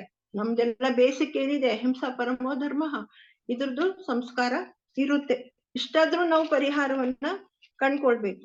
ಇನ್ನು ಅಕಸ್ಮಾತ್ ನಮ್ಮನೆ ಹುಡ್ಗ ಬೇರೆ ಜಾತಿ ಹುಡುಗಿನ ಮದ್ವೆ ಮಾಡ್ಕೊಂಡ್ ಬಂದ, ಸೊ ಅವ್ರು ನಮ್ಗೆ ಸೇರ್ದವ್ರು ಅಂತ ಹೇಳ್ತಾರೆ. ನಮ್ಮ ಮನೆಗ್ ಬಂದವ್ರು ನಮ್ಗೆ. ಇವ್ರು ಹೋಗಿ ಭಟ್ಟಾರಕ್ರ ಹತ್ರ ಜೈನ ದೀಕ್ಷೆ ಕೊಡ್ಸಿ ಆ ಹುಡ್ಗಿಗೆ ನಮೋಕಾರ ಮಂತ್ರ ಹೇಳಿ ಏನೋ ನಮ್ಮೋರು ಅಂತ ಮಾಡ್ಕೊಳ್ತಾರೆ. ಆ ಹುಡ್ಗಿ ಮುಂದೆ ಎಷ್ಟ್ರ ಮಟ್ಟಿಗೆ ಅದನ್ನ ಪಾಲಿಸ್ತಾಳೆ ಅನ್ನೋದ್ರ ಮೇಲೆ ಅವರಿಗೆ ಹುಟ್ಟುವ ಮಕ್ಕಳು, ಯಾಕಂದ್ರೆ ತಾಯಿನೇ ಮಕ್ಕಳಿಗೆ ಸಂಸ್ಕಾರ ಕೊಡೋದು. ಸೊ ಅವರಿಗೆ ಜನಿಸುವ ಮಕ್ಕಳು ಹೆಸರಿಗೆ ಜೈನರು ಅಂತ ಅನ್ನಿಸ್ಕೊಂಡ್ರು ಜೈನ ಧರ್ಮದ ಬಗ್ಗೆ ಪಾಪ ಅವಳು ಏನು ಸಂಸ್ಕಾರ ಕೊಡಕ್ಕಾಗತ್ತೆ? ಅನ್ಲೆ ಶೀನೋಸ್ ಅವಳೇನು ಕೊಡಕ್ಕಾಗಲ್ಲ. ಇನ್ನೂ ಒಂದು ಡೇಂಜರಸ್ ವಿಷಯ ಅಂತಂದ್ರೆ, ಸಪೋಸ್ ಆ ಹೆಣ್ಣು ಮಾಂಸಾಹಾರಿ ಆಗಿದ್ರೆ ಅವಳು ಅದನ್ನ ತ್ಯಜಿಸಿ ಸಂಪೂರ್ಣ ಸಸ್ಯಾಹಾರಿ ಆಗ್ತಾಳ, ಅಥವಾ ಮಕ್ಕಳು ಕೂಡ ಮಾಂಸಾಹಾರಿ ಆಗ್ತಾರ? ಅವಾಗ ಮಾಂಸಾಹಾರಿ ಜೈನರು ಅನ್ನುವಂತಹ ಇನ್ನೊಂದು ವರ್ಗ ಸೃಷ್ಟಿಯಾಗುತ್ತಾ ಅಥವಾ ಆಗ್ಬಿಟ್ಟಿದ್ಯಾ? ಇದೆಲ್ಲ ನಮ್ಮ ಮುಂದಿರುವ ಪ್ರಶ್ನೆಗಳು. ಈ ತರದ್ದೆಲ್ಲ ಯೋಚನೆಗಳು ನಮ್ಗೆ ಬರುತ್ತೆ. ಯಾಕೆಂದ್ರೆ ನಾನು ಒಂದು ಅನುಭವದ ಮಾತು ಹೇಳ್ತೀನಿ. ನನ್ಗೆ ಪೇಷಂಟ್ಸ್ ಬರ್ತಾ ಇರ್ತಾರೆ. ಒಬ್ರು ಬೆಂಗಾಲಿ ಅವ್ರು ಬಂದು ಒಂದ್ಸಲ ಹೇಳಿದ್ರು, ಡಾಕ್ಟ್ರೇ ನನ್ ಮಗಳು ನಿಮ್ಮವ್ರನ್ನೇ ಜೈನ್ ಹುಡುಗನ್ನ ಪ್ರೀತಿಸ್ತಾ ಇದ್ದಾಳೆ, ಇವಾಗ ನಾವು ಮದ್ವೆ ಮಾಡ್ಕೊಳ್ಳೇಬೇಕಾಗಿದೆ, ನಮ್ಗೆ ಯೋಚನೆ ಆಗ್ಬಿಟ್ಟಿದೆ ಅಂತ. ನಾನು ಏನಪ್ಪ ಜೈನ್ರನ್ನ ಮದ್ವೆ ಮಾಡ್ಕೊಳಕ್ ಇವ್ರು ಯೋಚನೆ ಅಂತಿದಾರಲ್ಲ ಅಂತ. ಅವ್ರಿಗೇನ್ ಯೋಚನೆ ಅಂದ್ರೆ, ಅವ್ರೆಲ್ಲ ಬೆಂಗಾಲಿಸ್ ಅಂದ್ರೆ ಅವ್ರ ಮೀನ್ ಇಲ್ದೆ ಅವ್ರದ್ದು ಅಡ್ಗೆ ಇಲ್ಲ. ಸೊ ಈ ಹುಡ್ಗನ್ ಮಾಡ್ಕೊಂಡ್ಬಿಟ್ರೆ ಹೆಂಗೋ ಏನೋ ಅಂತ ಅವ್ರ ಯೋಚನೆ. ನೋಡಿ, ಎಲ್ಲಾ ವಿವಾಹದಲ್ಲೂ ಅಡ್ಗೆ ಮನೆಯಿಂದನೇ ಶುರು ಆಗೋದು ದಿನನಿತ್ಯ. ಸೊ ಅದ್ರಿಂದ ಫುಡ್ ಬಗ್ಗೆ ನಾವು ಬಹಳ ಕೇರ್ಫುಲ್ ಆಗಿರ್ಬೇಕು. ಆತರ ಅಂದ್ರ ಮತ್ ಸರಿ, ನಾನ್ ಏನು ಮತ್ತೆ ಕಮೆಂಟ್ ಮಾಡ್ಲಿಲ್ಲ. ಅವ್ರವ್ರಿಗೆ ಏನ್ ಬೇಕು ಮಾಡ್ಕೊಳ್ತಾರ ಬಿಡಿ ಅಂತ ನಾನ್ ಹಾಗೆ ಹೇಳ್ದೆ. ಆ ಹುಡ್ಗ ಸಸ್ಯಾಹಾರಿ ಆಗಿದ್ರೆ ಹಾಗೆ ಇರ್ಲಿ ಬಿಡಿ ಅಂತ. ಇನ್ನೊಂದ್ 6 ತಿಂಗಳಾದ್ಮೇಲೆ ಬಂದ್ರು, ಏನೋ ಬೇರೆ ಪ್ರಾಬ್ಲಮ್ ಇತ್ತು, ಬಂದು ಹೇಳ್ತಾ ಇದಾರೆ, ನಾವೀಗ ಆರಾಮಾಗಿದ್ದೀವಿ ಡಾಕ್ಟ್ರೆ, ಆ ಹುಡ್ಗನು ನಮ್ ತರಾನೇ ಆಗ್ಬಿಟ್ಟಿದ್ದಾನೆ, ಅವನು ಎಲ್ಲ ಶುರು ಮಾಡಿದಾನ ಮಾಂಸಾಹಾರ ಸೇವನೆ ಎಲ್ಲಾನು. ಅವರಿಗೆ ನೆಮ್ಮದಿ. ನನಗದನ್ನ ಕೇಳಿ ಬಹಳ ಬೇಜಾರಾಯ್ತು. ಈ ತರ ವಿವಾಹ ಆಗ್ಬಿಟ್ಟು ಅಟ್ಲೀಸ್ಟ್ ಜೈನಿಸಂ ಅಂತ ಹೇಳಿದ್ರೆ ಒಂದು ವೆಜಿಟೇರಿಯನ್ ಆಗಿ ಉಳಿಯೋದಕ್ಕೆ ಸಾಧ್ಯ ಇಲ್ಲ ಅಂತಂದ್ರೆ ಇವ್ರನ್ನ ಜೈನರು ಅಂತ ಅನ್ಕೊಳ್ಳೋದೇ ಒಂದು ನಮ್ಮ ಜೈನ ಧರ್ಮಕ್ಕೆ ಸವಾಲಾಗಿದೆ. ಈ ತರದ ವಿಷಯಗಳು ಅನೇಕ ನಡೀತಾ ಇದ್ದಾವೀಗ. ನೀವು ಹುಡುಗ ಹುಡುಗಿನ ಹುಡ್ಕಕ್ ಹೋದಾಗ್ಲೂ ಗೊತ್ತಾಗತ್ತೆ. ನಾನು ಸಸ್ಯಾಹಾರಿನೇ, ಆದ್ರೆ ಎಗ್ ಮಾತ್ರ ತಿಂತೀನಿ ಅಂತ ಹೇಳೋ ಜೈನರು ಕೂಡ ಇದ್ದಾರೆ, ಸತ್ಯ ಇದು. ಸೊ ಇವೆಲ್ಲ ಜೈನರು ಅಂತಂದ್ರೆ ಮುಂಚೆ ಬಹಳ ಉನ್ನತವಾದಂತಹ ಭಾವನೆ ಸಮಾಜದಲ್ಲಿ ಇತ್ತು. ಆದ್ರೆ ಇವತ್ತು ನಾವು ಕಂದಮೂಲ ತ್ಯಾಗ ಹೋಗ್ಲಿ, ಜಸ್ಟ್ ಸಸ್ಯಾಹಾರ ತಿಂದ್ರೆ ಸಾಕಪ್ಪ ಅನ್ನುವಂತಹ ಒಂದು ಕಾಲಘಟ್ಟದಲ್ಲಿ ನಾವು ಇದೀವಿ. ಹೀಗೆ ಇನ್ನು ಇದಾದ್ಮೇಲೆ ನಾವು ನಮ್ಮ ಸಮುದಾಯಕ್ಕೆ, ನಾವು ಅಲ್ಪಸಂಖ್ಯಾತರು, ಸಮುದಾಯಕ್ಕೆ ಏನಾದ್ರೂ ಆರ್ಥಿಕವಾಗಿ ಸರ್ಕಾರದಿಂದ ಸವಲತ್ತು ತಗೊಳ್ಬೇಕು ಅಂದ್ರೂ ಇವತ್ತು ಕಷ್ಟ ಆಗಿದೆ. ಹಾಗೇನೆ ರಾಜಕೀಯವಾಗಿ ಬೆಳಿಬೇಕು, ಅಧಿಕಾರ ಬೇಕು ಅಂತಂದ್ರೆ ಆಗೋದಿಲ್ಲ. ಇವತ್ತು ಬಹುಸಂಖ್ಯಾತರ ರಾಜ್ಯಭಾರ ನಡೀತಾ ಇದೆ. ಜೈನರು ಅಲ್ಪಸಂಖ್ಯಾತರಾಗಿರೋದ್ರಿಂದ ಯಾವುದೇ ರಾಷ್ಟ್ರೀಯ ಪಕ್ಷಗಳು ಅವರಿಗೆ ಟಿಕೆಟ್ ಕೊಡ್ತಾ ಇಲ್ಲ. ಎಲ್ಲಾ ಕಡೆ ಜಾತಿ ರಾಜಕೀಯವೇ ತುಂಬಿದೆ. ಟಿಕೆಟ್ ಪಡೆದುಕೊಳ್ಳೋದೇ ಒಂದು ದೊಡ್ಡ ಸವಾಲು. ಇಂತಹ ಸಮಯದಲ್ಲಿ ಯಾರೋ ಒಬ್ಬ ಜೈನ ಜನಪ್ರಿಯನಾಗಿದ್ದ, ಸಮಾಜ ಸೇವೆ ಮಾಡ್ತಾ ಇದ್ದ, ಅವನಿಗೆ ಒಂದು ಯಾವ್ದೋ ಪಕ್ಷ ಟಿಕೆಟ್ ಕೊಡ್ತು ಅಂತಾನೆ ಅನ್ಕೊಳ್ಳಿ, ಅಥವಾ ಅವನು ಇಂಡಿಪೆಂಡೆಂಟ್ ಕ್ಯಾಂಡಿಡೇಟ್ ಆಗಿ ಕಾಂಟೆಸ್ಟ್ ಮಾಡ್ದ ಅಂತ ಹೇಳ್ತಾರೆ. ಆವಾಗ ಏನು ಎಲ್ಲ ಜೈನರು ಪಕ್ಷಾತೀತವಾಗಿ ಆ ವ್ಯಕ್ತಿಯನ್ನ ಬೆಂಬಲಿಸ್ಬೇಕು. ಇದ್ರಲ್ಲಿನೂ ಅವನ್ ನಿಂತ ಅಂತ ಇನ್ನೊಂದ್ ಜೈನನ್ನ ನಿಲ್ಲಿಸ್ಬಿಡೋದಲ್ಲ, ಆ ತರನು ಮಾಡ್ತಾರೆ. ಒಂದು ಕ್ಷೇತ್ರದಲ್ಲಿ ಒಬ್ಬ ನಿಂತಿದ್ರೆ ನೀನೇ ಯಾಕೆ ನಿಲ್ಲಂಗಿಲ್ಲ ಅಂತ ಅವ್ರನ್ನು ನಿಲ್ಲಿಸ್ತಾರೆ. ಹೀಗ್ ಮಾಡಿದ್ರೆ ಒಬ್ರು ಕಾಲ್ ಒಬ್ರು ಎಳ್ಕೊಂಡ್ರೆ ಜೈನರು ಏನು ಅವರು ಗೆಲ್ಲೋಕ್ಕೂ ಸಾಧ್ಯವಿಲ್ಲ.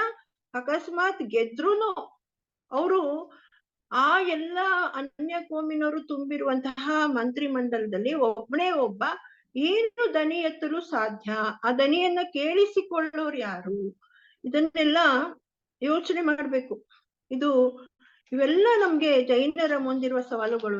ನಾವೇ ಜಗಳ ಆಡ್ಕೊಂಡ್ ಕೂತಿದ್ರೆ ಇಲ್ಲಿ ಹೊರಗಡೆ ಹೋಗಿ ನಾವು ನಮಗೆ ಏನು ಸಹಾಯ ಅಥವಾ ಏನು ಸವಲತ್ತುಗಳು ಸರ್ಕಾರದಿಂದ ದೊರಿಬೇಕು, ಸರ್ಕಾರದ ಮನವೊಲಿಸಿ ಜೈನ ಧರ್ಮೀಯರಿಗೆ ಏನು ಸಹಾಯ ಮಾಡೋದಕ್ಕಾಗುತ್ತೆ, ಇದೆಲ್ಲದ್ರ ಬಗ್ಗೆ ನಾವು ಆಲೋಚಿಸ್ಬೇಕು. ಇನ್ನು ಅದಕ್ಕೆ ನಾವ್ ಏನ್ ಮಾಡಬಹುದು? ನಮ್ಗೆ ಈ ಸಾರ್ವತ್ರಿಕ ಚುನಾವಣೆಯಲ್ಲಿ ನಡೆಯೋದೇ, ನಾವು ಕಾಂಟೆಸ್ಟ್ ಮಾಡೋದೇ, ಟಿಕೆಟ್ ಸಿಗೋದೇ ಒಂದು ಕಷ್ಟ ಅಂತ ಅನ್ನುವಾಗ ಸಮಾಜ ಸೇವೆ ಮಾಡ್ತಾ ಇರುವಂತಹ ಜೈನರು, ಜನಪ್ರಿಯರಾಗಿರೋರು, ಶ್ರೀಮಂತರು ಅಥವಾ ಸರ್ಕಾರಕ್ಕೆ ಯಾವ್ದಾದ್ರೂ ರೀತಿಯಲ್ಲಿ ಉಪಯೋಗ ಆಗ್ತಿರುವಂತಹ ವ್ಯಕ್ತಿಗಳನ್ನ ವಿಧಾನಸಭೆಗೋ ರಾಜ್ಯಸಭೆಗೋ ಸರ್ಕಾರ ಅವರನ್ನ ನಾಮಾಂಕಿತವಾಗಿ ಅವರು ಆಗ್ತಾರೆ. ಸೊ ಅಂತವ್ರ ಹತ್ರ ನಾವು ಕೆಲವು ಪ್ರಯೋಜನಗಳನ್ನ ಪಡೆದುಕೊಳ್ಬಹುದು. ಈಗ ಈ ಚುನಾವಣೆ ಬಿಡಿ, ಅದಕ್ಕೆ ನಾವು ಅಧಿಕಾರದಲ್ಲಿ ನಮ್ದು ಏನಾದ್ರೂ ಒಂದು ಇರ್ಬೇಕು ಅಂತಂದ್ರೆ, ಈಗ ನಮ್ಮ ಮಕ್ಕಳನ್ನ IAS IPS ಅಂದ್ರೆ ಆಡಳಿತಾತ್ಮಕ ಪರೀಕ್ಷೆಗಳಲ್ಲಿ ನಾವು ಅವರನ್ನ ತೊಡಗಿಸ್ಬೇಕು. ಅವರು ಇದ್ರಲ್ಲೂ ತೇರ್ಗಡೆ ಆಗೋದು, ಉತ್ತೀರ್ಣರಾಗೋದು ಒಂದು ದೊಡ್ಡ ಸವಾಲೇ ಇದೆ. ಆದ್ರೂನು ಅವರು ಇದ್ರಲ್ಲಿ ಕಷ್ಟಪಟ್ಟಾದ್ರು, 1 ಅಟೆಂಪ್ಟ್ ಅಲ್ಲ, 2 ಅಟೆಂಪ್ಟ್ ಅಲ್ಲ, ಒಟ್ನಲ್ಲಿ ಅವರು ಪ್ರಯತ್ನ ಪಟ್ಟು ಆಡಳಿತದ ಚುಕ್ಕಾಣಿಯನ್ನ ಅವರು ಹಿಡಿಬೇಕು, ನಮ್ಮ ಯುವ ಜನತೆ. ಆದ್ರೆ ಇವತ್ತಿನ ಯುವ ಜನತೆ ಅವ್ರಿಗೆ ಫಾಸ್ಟ್ ಮನಿ ಬೇಕು. ಆಗ್ಲೇ ಹೇಳ್ತಾ ಇದ್ರು, ವೇಗದ ಯುಗ, ಆವೇಗದ ಯುಗ, ಉದ್ವೇಗದ ಯುಗ. ಬೇಗ ಶ್ರೀಮಂತರಾಗ್ಬೇಕು, IT BT ಉದ್ಯೋಗಕ್ಕೆ ಹೋಗ್ತಾರೆ, ಇಲ್ಲ ಬಿಸ್ನೆಸ್ ಮಾಡ್ತಾರೆ, ಒಟ್ಟಾರೆ ದುಡ್ಡು ಬೇಕು. ದುಡ್ಡಿದೆ, ಅಧಿಕಾರ ಇಲ್ಲ. ಅವಾಗ ಏನ್ ಪ್ರಯೋಜನ ಇದೆ? ನಮ್ಮ ಸಮುದಾಯಕ್ಕೆ ನಾವ್ ಏನ್ ಮಾಡೋದಕ್ಕಾಗುತ್ತೆ ಹೇಳಿ? ನಾವೆಲ್ಲ ಹಲ್ಲು ಕಿತ್ತ ಹಾವಿನಂತೆ, ಏನು ಪವರ್ ಇಲ್ಲ, ಎಲ್ಲರೂ ನಮ್ಮನ್ನ ತುಳಿತಾರೆ. ಸೊ ಇವೆಲ್ಲ ನಮ್ಮ ಜೈನ ಧರ್ಮಕ್ಕೆ ಇರುವ ಸವಾಲುಗಳು. ಇದ್ರ ಬಗ್ಗೆ ನಾವು ಹೆಚ್ಚು ಆಲೋಚನೆ ಮಾಡ್ಬೇಕು. ಇನ್ನೂ ಒಂದೇನಂದ್ರೆ, ಜೈನರೆಲ್ಲ ಶ್ರೀಮಂತರು ಅನ್ನುವಂತಹ ಒಂದು ತಪ್ಪು ಭಾವನೆ ಕೂಡ ಇದೆ ಸರ್ಕಾರಕ್ಕೆ. ಯಾಕೆಂದ್ರೆ ನಾವ್ ಎಷ್ಟೆಷ್ಟು ಕಾರ್ಯಕ್ರಮಗಳಲ್ಲಿ ಅದ್ದೂರಿ ಕಾರ್ಯಕ್ರಮ ಮಾಡ್ತೀವಿ, ಎಷ್ಟೆಷ್ಟು ಹರಾಜಲ್ಲಿ ತಗೊಳ್ತೀವಿ, ಪ್ರಪಂಚ ಗಮನಿಸ್ತಾ ಇದೆ ಅದನ್ನೆಲ್ಲ. ಸೊ ಜೈನರು ಅಂದ್ರೆ ಎಲ್ಲ ಬಹಳ ದುಡ್ಡಿದೆ ಅನ್ನುವಂತಹ ಭಾವನೆ ಇವ್ರಿಗೆ ಬೇಕು. ಸೊ ಅಲ್ಪಸಂಖ್ಯಾತರ ಸವಲತ್ತುಗಳನ್ನೆಲ್ಲ ಅನ್ಯ ಕೋಮ್ನವರು, ಕ್ರಿಶ್ಚಿಯನ್ಸ್ ಇರ್ಬೋದು, ಮುಸ್ಲಿಮ್ಸ್ ಇರ್ಬೋದು, ಇವರೆಲ್ಲ ತಗೊಳ್ತಾ ಇದ್ದಾರೆ. ಆದ್ರೆ ಜೈನರಲ್ಲಿ ಕೂಡ ಮಧ್ಯಮ, ಕೆಳಮಧ್ಯಮ ವರ್ಗದ ಬಡತನದ ರೇಖೆಯಲ್ಲಿರುವ ಜೈನರು ಇದ್ದಾರೆ. ಅವರಿಗೆ ಮಕ್ಕಳಿಗೆ ಜೀವನ ನಿರ್ವಹಣೆಗೆ, ಮಕ್ಕಳ ಉನ್ನತ ವಿದ್ಯಾಭ್ಯಾಸಕ್ಕೆ ಸರ್ಕಾರ ಕೊಡುವ ಸವಲತ್ತುಗಳ ಅಗತ್ಯ ಇದೆ ಅವರಿಗೆ. ಇನ್ನೇನಾಗ್ಬಿಡುತ್ತೆ ಅವಾಗ? ಅವ್ರಿಗೆ ಕುಗ್ರಾಮಗಳಲ್ಲಿ ಇದಾಗ್ತಾ ಇದೆ. ಈಗ ಮಕ್ಕಳಿಗೆ ಹೈಯರ್ ಎಜುಕೇಶನ್ ಕೊಡ್ಸಕ್ಕೆ ದುಡ್ಡು ಇಲ್ಲ ಅಂತಂದ್ರೆ ಕೆಲವೊಂದು ಕ್ರಿಶ್ಚಿಯನ್ ಅಸೋಸಿಯೇಷನ್ಸ್ ಇರ್ತವೆ, ಅವ್ರು ನಾವು ಕೊಡ್ತೀವಿ, ನೀವು ಕನ್ವರ್ಟ್ ಆಗ್ಬೇಕು ಅಂತ ಹೇಳ್ತಾರೆ. ಸೊ ಜೀವನೋಪಾಯಕ್ಕೆ ಅವ್ರು ಏನ್ ಮಾಡ್ತಾರೆ? ಅವ್ರು ಕನ್ವರ್ಟ್ ಆಗ್ಬಿಡ್ತಾರೆ. ಸೊ ಈ ಜೈನ್ಸ್ ಕನ್ವರ್ಷನ್ ಆದ್ರೆ ಇದು ಕೂಡ ಅಲ್ಪಸಂಖ್ಯಾತ ಸಮಾಜಕ್ಕೆ ಬೀಳುವಂತಹ ಒಂದು ದೊಡ್ಡ ಪೆಟ್ಟು. ಆದ್ರಿಂದ ನಮ್ಮಲ್ಲಿರುವ ಶ್ರೀಮಂತರಾಗಿರ್ಬಹುದು ಅಥವಾ ಇವರೆಲ್ಲ ಸ್ವಲ್ಪ ಸಹಾಯ ಮಾಡಿ ಈ ಒಂದು ಮತಾಂತರವನ್ನ ತಪ್ಪಿಸ್ಬೇಕು. ಇನ್ನು ಜೈನ ಸಂಘ ಸಂಸ್ಥೆಗಳು ಏನ್ ಮಾಡ್ಬೇಕು ಅಂತಂದ್ರೆ, ಈಗ ಏನೇನು ಸವಲತ್ತುಗಳು ಜೈನರಿಗೆ ಸಿಕ್ಕುತ್ತೆ ಆನ್ಲೈನ್ ಅಲ್ಲಿ, ಅದರ ಮಾಹಿತಿ ಪಾಪ ಕೆಲವ್ರಿಗೆ ಆನ್ಲೈನ್ ಅಪ್ಲಿಕೇಶನ್ ಹಿಂಗ್ ಹಾಕ್ಬೇಕು ಅಂತ ಗೊತ್ತಿರಲ್ಲ, ಮಾಹಿತಿ ಅವ್ರು ಕೊಡ್ತಾರೆ. ಅಪ್ಲಿಕೇಶನ್ ಹಾಕ್ಬೇಕು, ಅದನ್ನ ಫಾಲೋ ಅಪ್ ಮಾಡ್ಬೇಕು, ಅದಕ್ಕೆ ಏನೇನ್ ಡಾಕ್ಯುಮೆಂಟ್ಸ್ ಕೊಡ್ಬೇಕು, ಇದೆಲ್ಲರಿಗೂ ಗೊತ್ತಿರಲ್ಲ. ಆದ್ರಿಂದ ನಮ್ಮ ಸಂಘ ಸಂಸ್ಥೆಗಳಲ್ಲಿ ಅದಕ್ಕೆ ಒಂದು ಸಪರೇಟ್ ಡಿಪಾರ್ಟ್ಮೆಂಟ್ ತರ ಇಟ್ಟು ಅಲ್ಲೊಬ್ಬನ ಆಯೋಜಿಸ್ಬೇಕು. ಅವರಿಗೆ ಸಹಾಯ ಮಾಡ್ಬೇಕಾಗತ್ತೆ ಈ ಫಾರ್ಮ್ ತುಂಬಿಕೊಡೋದ್ರಲ್ಲಿ ಎಲ್ಲ. ಬೇಕಾದ್ರೆ ಅವನನ್ನ ಅಪಾಯಿಂಟ್ ಮಾಡಿ ಸ್ಯಾಲ್ರಿ ಕೂಡ ಕೊಡ್ಬೋದು. ಇದೆಲ್ಲ ಮಾಡಿದ್ರೆ ಮಾತ್ರ ನಾವು ಸರ್ಕಾರದಿಂದ ಸ್ಯಾಂಕ್ಷನ್ ಮಾಡಿಸ್ಕೊಳ್ಳೋದಕ್ಕೆ ಸಾಧ್ಯ ಇದೆ. ಇಲ್ಲದೇ ಇದ್ರೆ ನಮಗ್ ಸಿಗುವ ಸವಲತ್ತುಗಳನ್ನ ಕೂಡ ನಾವು ಬಿಟ್ಬಿಡ್ತಾ ಇದ್ವಿ. ಇನ್ನ ಜೈನ ಧರ್ಮಕ್ಕೆ ಇರುವ ಒಂದು ದೊಡ್ಡ ಸವಾಲು ಅಂತಂದ್ರೆ ಜೈನರ ಮಧ್ಯದ ಕಲಹಗಳು. ಜೈನರು ಕುಡಿ ಕೆಟ್ರು ಅಂತ ಆಗ್ಲೇ ಹೇಳ್ದೆ ಗಾದೆ. ಇಲ್ಲಿ ನಮ್ ಜೈನರಲ್ಲಿ ಒಂದು ಸಂಘ ಸಂಸ್ಥೆ ಅಲ್ಲ, ಅನೇಕ ಸಂಘ ಸಂಸ್ಥೆಗಳಿವೆ. ಮತ್ತೆ ಆ ಸಂಘ ಸಂಸ್ಥೆಗಳಲ್ಲಿ ಕಾಲಕ್ಕೆ ಚುನಾವಣೆ ಆಗ್ತಾ ಇರುತ್ತೆ. ಆ ಚುನಾವಣೆ ಟೈಮ್ನಲ್ಲಿ ವ್ಯಕ್ತಿಗಳ ನಡುವೆ ಕೆಲವೊಮ್ಮೆ ದ್ವೇಷ ಇರುತ್ತೆ, ಕೆಲವು ವ್ಯಕ್ತಿಗಳ ಮಧ್ಯೆ ವೈಯಕ್ತಿಕ ದ್ವೇಷ ಕೂಡ ಇರುತ್ತೆ. ಅವ್ರೇನ್ ಮಾಡ್ತಾರೆ, ತಾವು ಗೆಲ್ಬೇಕು ಅಂತ ಹೇಳಿ ಒಂದು ಸಮಾಜದ ಮಧ್ಯ ಬಿರುಕಿಗೆ ಕೂಡ ಅವರು ಕಾರಣರಾಗ್ತಾರೆ. ನಮ್ ಕಡೆಯವರು ನಿಮ್ ಕಡೆಯವರು ಅಂತ ಹೇಳಿ ಈ ಅಲ್ಪಸಂಖ್ಯಾತ ಸಮಾಜ ಏನಾಗುತ್ತೆ, ಪೀಸ್ ಆಗ್ಬಿಡತ್ತೆ. ಸೊ ಯಾವ ಒಂದು ಇಂತಹ ವ್ಯಕ್ತಿಗಳು ಕೂಡ ನಮ್ಮ ಸಮಾಜದಲ್ಲಿ ಇದ್ದಾರೆ. ಇಂಥವ್ರೇ ನಮ್ಮ ಸಮಾಜದ ಅಖಂಡತೆಗೆ, ಧರ್ಮಕ್ಕೆ ಸವಾಲಾಗಿದ್ದಾರೆ. ಈ ನಮ್ಮ ಅಲ್ಪಸಂಖ್ಯಾತವಾದ ಸಮಾಜ ಛಿದ್ರ ಆಗೋಗ್ಬಿಡುತ್ತೆ. ಇದ್ರ ಬಗ್ಗೆ ನಾವು ಯೋಚನೆ ಮಾಡ್ಬೇಕು. ಚುನಾವಣೆಗಳು ಎಷ್ಟು ಪ್ರಸ್ತುತ, ಹೇಗಿರ್ಬೇಕು. ಈಗ ಸಿಂಡಿಕೇಟ್ ಮಾಡ್ತಾರೆ ಚುನಾವಣೆಗಳ, ಈ ಪಾರ್ಟಿ ಆ ಪಾರ್ಟಿ, ಅದು ಖಂಡಿತ ಕೂಡುದು. ನನ್ಗನ್ಸೋ ಮಟ್ಟಿಗೆ ಯಾರಾದ್ರೂ ಚುನಾವಣೆಯಲ್ಲಿ ನಾನು ಸೇವೆ ಮಾಡ್ಬೇಕು ಅಂತ ಮನೋಭಾವ ಇದೆ ಅಂತಂದ್ರೆ ನಿಂತ್ಕೊಳ್ಬೇಕು. ವ್ಯಕ್ತಿ ನಿಂತ್ಕೋಬಾರ್ದು ಅಂತಲ್ಲ, ನಾನ್ ನಿಂತ್ಕೊಳ್ತೀನಿ, ನಾನು ಇಂತಿಂತದ್ ಮಾಡಿದೀನಿ, ಇಂತಿಂತದ್ ನನ್ ಧ್ಯೇಯ ಅಂತ ಅವನು ಚುನಾವಣೆ ಸ್ಪರ್ಧೆ ಮಾಡ್ಬೋದು. ಆಮೇಲೆ ಜನ ಕೂಡ ನೋಡ್ಕೊಂಡು ಓಟ್ ಹಾಕ್ಬೇಕು. ಯಾರ್ಯಾರು ನಿಂತಿರ್ತಾರೆ, ಯಾರ್ಯಾರು ಯೋಗ್ಯರು ಅಂತ ಅವರು ಓಟ್ ಕೊಡ್ಬೇಕು. ನಂತರ ಯಾರ್ಯಾರು ಗೆಲ್ತಾರೆ ಅವರೆಲ್ಲ ಸೇರಿ ಒಂದು ತಂಡವನ್ನ ಮಾಡಿ ಅವರು ಕಾರ್ಯ ಮಾಡ್ಬೇಕು. ಇದ್ಯಾಕೆ ಇವರೇ ನಮ್ಮವರು, ಇವರಲ್ಲ ಅಂತ ಹೇಳೋದು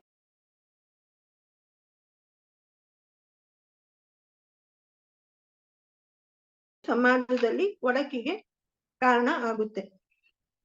ಈಗಾಗ್ಲೇ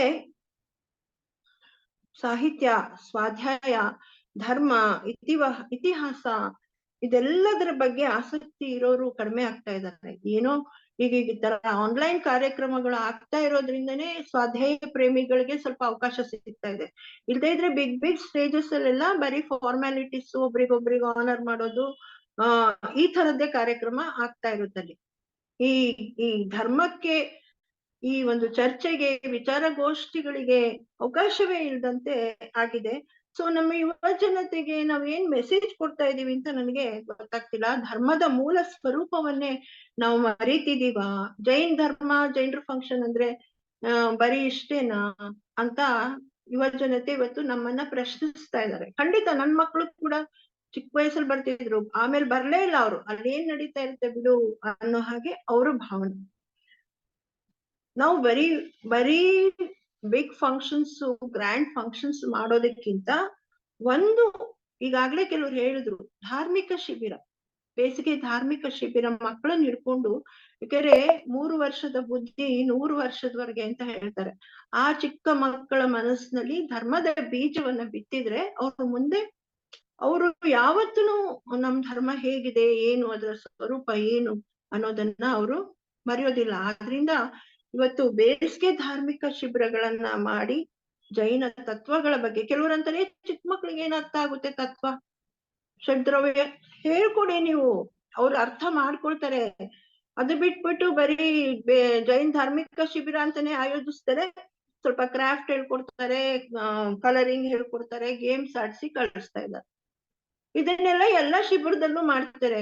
ಧಾರ್ಮಿಕ ಶಿಬಿರ ಅಂತಂದ್ಮೇಲೆ ಧರ್ಮದ ಕೆಲವೊಂದು ಆಡ್ಸಿ ಗೇಮ್ಸ್ ಬೇಡ ಅಂತನಲ್ಲ, ಆದ್ರೆ ಇದನ್ನೇ ಧಾರ್ಮಿಕ ಶಿಬಿರ ಅಂತ ಖಂಡಿತ ಹೇಳ್ಬಿಡಿ. ಕೆಲವ್ರಿಗೆ ಸುಮ್ನೆ ನಾವು ಧಾರ್ಮಿಕ ಶಿಬಿರ ಮಾಡಿದ್ವಿ ಅಂತ ಹೇಳ್ಕೊಳ್ಳೋ ಹುಚ್ಚು, ಈ ತರ ಮಾಡಿ ಕಳಿಸ್ತಾರೆ. ಮಕ್ಕಳಿಗೆ ಅದರಿಂದ ಏನ್ ಪ್ರಯೋಜನ ಆಯ್ತು ಅಂತ ನನಗೆ ಖಂಡಿತ ಗೊತ್ತಾಗಲ್ಲ. ಈ ತರದ್ದು ಶಿಬಿರಗಳು ನಡೀತಾ ಇದೆ.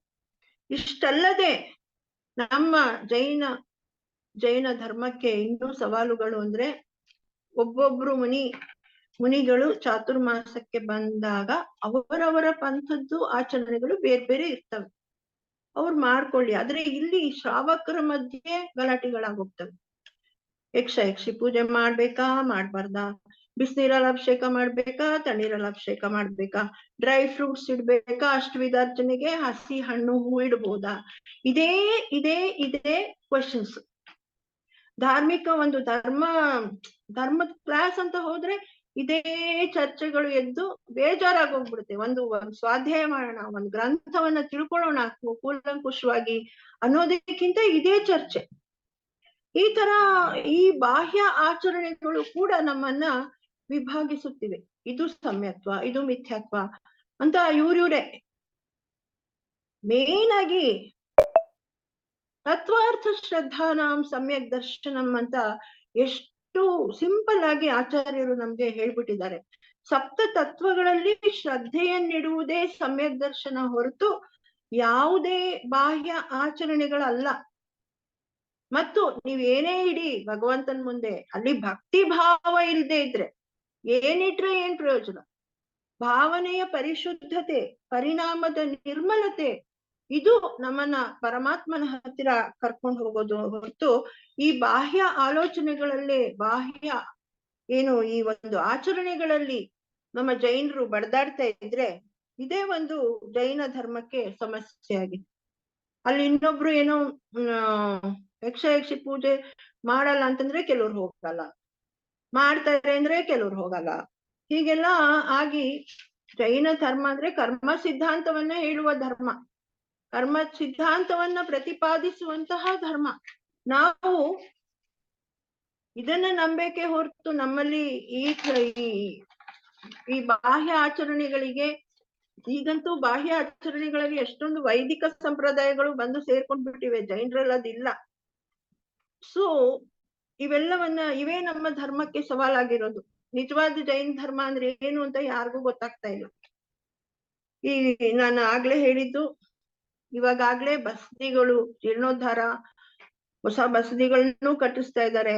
ಆದ್ರೆ ನಾವು ಬಸದಿಗೆ ಡೈಲಿ ಹೋಗದೆ ಇದ್ರೆ ನ್ಯಾಚುರಲಿ ಅನ್ಯ ಕೋಮಿನವರು ಬಂದು ಆಕ್ರಮಿಸ್ಕೊಂಡು ಅವ್ರ ದೇವ್ರನ್ನಿಟ್ಟು ಪೂಜೆ ಮಾಡಿ ಅವ್ರದ್ದೇ ಆಗೋಗ್ತಾ ಇದೆ. ಈಗ ತಿರುಪತಿ ನಮ್ದು ಅಂತ ಹೇಳ್ತೀವಿ. ತಿರುಪತಿ ಕೈ ಬಿಟ್ಟಾಯ್ತು, ಹೊರನಾಡು ಅದು ಕೈ ಬಿಟ್ಟಾಯ್ತು. ಇನ್ನ ಗಿರಿನಾರ್, ಕೈಲಾಸಗಿರಿ ಮುಂತಾದ ತೀರ್ಥ ಕ್ಷೇತ್ರಗಳು ನಮ್ಮ ಕೈ ಬಿಟ್ಟು ಹೋಗಿವೆ. ಇನ್ನು ಶಿಖರ್ಜಿಯನ್ನ ಉಳಿಸ್ಕೊಳ್ಳೋದೇ ನಮ್ಮ ಒಂದು ಸವಾಲು, ಶಿಖರ್ಜಿಯನ್ನ ನಮ್ಮದಾಗಿ ಉಳಿಸ್ಕೊಳ್ಳೋದು. ಸೊ ಇಷ್ಟು ತೀರ್ಥಕ್ಷೇತ್ರಗಳನ್ನ ನಮ್ದಾಗಿ ಎಷ್ಟು ಅಲ್ಲಿ ಎಂತಹ ಭವ್ಯವಾದ ದೇವಾಲಯಗಳು, ಬಸದಿಗಳು, ಇದನ್ನೆಲ್ಲ ಉಳಿಸ್ಕೊಳ್ಳೋದು ನಮ್ಮ ಕೈಲಿದೆ. ಇನ್ನು ನಾನು ಹೇಳಿದೆ, ಅಂತರ್ಜಾತೀಯ ವಿವಾಹಗಳು ಕಡಿಮೆ ಮಾಡ್ಬೇಕಂದ್ರೆ ಏನ್ ಪರಿಹಾರ? ನಮ್ಮ ಜೈನ ಯುವಕ ಯುವತಿಯರು ಅವರು ಕೇವಲ ಒಂದು ವಧುವರ ವೇದಿಕೆಯಲ್ಲಿ ಇವತ್ತು ಭೇಟಿಯಾಗುವ ಒಂದು ಅವಕಾಶ ಇದೆ. ಬಟ್ ಯಾರ ಬಗ್ಗೆನೂ ಅಷ್ಟು ಸರಿಯಾಗಿ ಗೊತ್ತಿರಲ್ಲ, ಅವ್ರ ಆಕರ್ಷಿತರಾಗೋ ಚಾನ್ಸಸ್ ಕೂಡ ಕಮ್ಮಿ. ಹೀಗಾಗಿ ನಾವು ಮುಂಚೆಯಿಂದನೇ ಜೈನ ಯುವಕ ಯುವತಿಯರು ಸ್ವಲ್ಪ ಆಗಾಗ್ಗೆ ಮೀಟ್ ಮಾಡುವಂತಹ ಸಾಮಾಜಿಕ ಒಂದು ಕಾರ್ಯಕ್ರಮಗಳನ್ನ ಮಾಡ್ಬೇಕು. ಬರೀ ಮದ್ವೆಗೆ ಅಂತಲ್ಲ, ಜಸ್ಟ್ ಲೈಕ್ ದಟ್. ಇವಾಗ ಕ್ರಿಶ್ಚಿಯನ್ಸ್ ನೋಡಿ, ಪ್ರತಿ ಸಂಡೇ ಅವ್ರು ಚರ್ಚ್ಗೆ ಹೋಗ್ತಾರೆ, ಅವ್ರ ಯಂಗ್ಸ್ಟರ್ಸ್ ಹೋಗ್ತಿರ್ತಾರೆ. ಅವ್ರಿಗೆ ಬಹುಶಃ ಒಬ್ರಿಗೊಬ್ರಿಗೆ ಇಷ್ಟ ಆಗಿ ಅಲ್ಲಿ ಮದ್ವೆ ಆಗತ್ತೆ. ಮದ್ವೆಗೆ ಅಂತಾನೆ ಹೋಗಲ್ಲ, ಅವರು ರುಟೀನ್ ಮಾಡ್ಕೊಂಡಿರ್ತಾರೆ.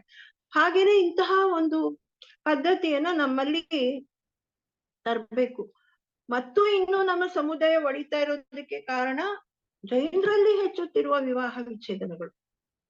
ಇದು ಬಹಳ ಆಘಾತಕಾರಿ ಸಂಗತಿ. ಇದು ಕುಟುಂಬಗಳ ಆ ಮನೆಯವ್ರಿಗೆ ಈ ಮನೆಯವ್ರಿಗೆ ಕಡೆಗೆ ಏನಾಗ್ಬೋದು, ಅವ್ರ ನೆಂಟ್ರು ಇವ್ರ ನೆಂಟ್ರು ಎಲ್ಲರೂ ಒಂಥರ ಜಗಳ ಆಗಿ, ಈ ಗಂಡ ಹೆಂಡತಿ ಸರಿ ಇಲ್ಲ ಅಂದ್ರೆ ಅವ್ರಿಗೆ ಸಂಬಂಧಪಟ್ಟವ್ರದೆಲ್ಲ ಡಿವೈಡ್ ಆದಂಗೆ ಆಗ್ಬಿಡತ್ತೆ.